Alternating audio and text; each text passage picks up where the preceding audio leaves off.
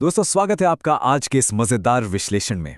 आज हम एक ऐसी घटना पर चर्चा करने वाले हैं जो सच में आपको सोचने पर मजबूर कर देगी। एक तरफ है पढ़ाई से बचने का एक छोटा सा बहाना और दूसरी तरफ पूरा टोक्यो शहर एक भयंकर जंग का मैदान। चलिए देखते हैं कि ये सब आखिर हुआ कैसे। जरा सोचिए, रोजमर्रा की एक आम सी टेंशन यानी कि स्कूल का होमवर्क। कोई सोच भी कैसे सकता है कि गणित के 2-4 सवाल पूरे शहर के लिए एक बड़ी आपदा बन सकते हैं। यही तो इस पूरी घटना की सबसे बड़ी और मजेदार विडंबना है। तो चलिए सबसे पहले बात करते हैं होमवर्क के इस भारी भरकम संकट की। कहानी की शुरुआत होती है किताबों के ढेर के बीच फूट फूट कर रोते हुए नोबिता से। उधर मम्मी की एकदम सख्त वार्निंग आ चुकी है, आज होमवर्क नहीं हुआ तो टीवी देखना हमेशा के लिए बंद। अब जाहिर है इस महासंकट से बचने के लिए कोई भी शॉर्टकट तो अपनाना ही था। और यहीं बिल्कुल सही समय पर एंट्री होती है हमारे सुपर गैजेट की, क्लोन मेकर कैमरा। लेकिन रुकिए, डोरेमोन ने इसे सीधे अपनी पॉकेट से नहीं निकाला। पहले तो उसने मजाक मजाक में कभी केला निकाला, कभी खिलौना रॉकेट, कभी मोजे तो कभी पंखा, और फिर आखिर में पेश किया ये जादुई क्लोन मेकर कैमरा। ये कोई आम कैमरा नहीं है जिसके सामने भी इसका फ्लैश चमकेगा, उसकी एकदम हूबहू और जिंदा कॉपी बाहर आ जाएगी। अब नोबिता का मास्टर प्लान सुनिए।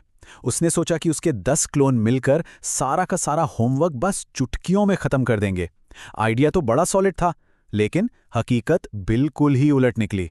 भाई, क्लोन भी तो आखिर नोबिता के ही थे ना, तो वो भी उसी की तरह नंबर 1 के आलसी निकले। कोई मजे से चिप्स चबा रहा है, कोई डांस कर रहा है और कोई तो खर्राटे मार के सो रहा है। और बस यही से शुरू होता है असली क्लोन का हंगामा। जरा उस सीन को इमेजिन कीजिए। कमरे में एक साथ 10 नोबिता खड़े हैं। कोई खुद को इंटेलिजेंट बता रहा है तो कोई हैंडसम, और कोई कह रहा है कि मुझे बहुत जोर से भूख लगी है। सोचिए, जब नोबिता की मम्मी ने अचानक कमरे में कदम रखा होगा तो ये नजारा देखकर उनका क्या हाल हुआ होगा। वो तो सच में पूरे सदमे में आ गईं। अब ये भूखे क्लोन सीधे किचन पर टूट पड़े और पूरा किचन देखते ही देखते एक युद्ध भूमि बन गया।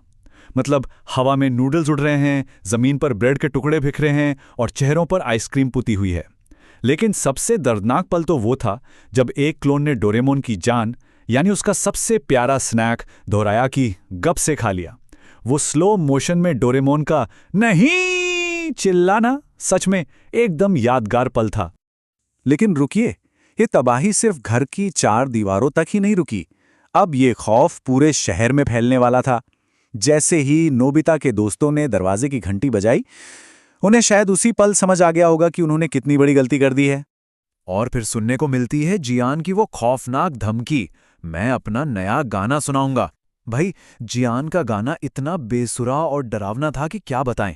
खिड़कियों के कांच चटकने लगे, गली के कुत्ते डरकर भाग गए, और तो और डोरेमोन की बैटरी तक हिल गई, जिससे उससे अपना इमरजेंसी मोड ऑन करना पड़ गया। एक क्लोन तो ये गाना सुनकर सीधा बेहोश ही हो गया। वहीं दूसरी तरफ शिजुका की एंट्री होती है और माहौल ही बदल जाता है। कई सारे नोबिता क्लोन एक साथ शिजुका को इंप्रेस करने में जुट गए। कोई कह रहा है आप तो चांद से भी सुंदर हैं, तो कोई कह रहा है कि आप आइसक्रीम से भी ज्यादा मीठी और एकदम परी जैसी हैं। ये पूरा सीन सच में बहुत ही हास्यास्पद था। अब जहां इतनी बेवकूफी हो, वहां डेकिसुगी का आना तो बनता है।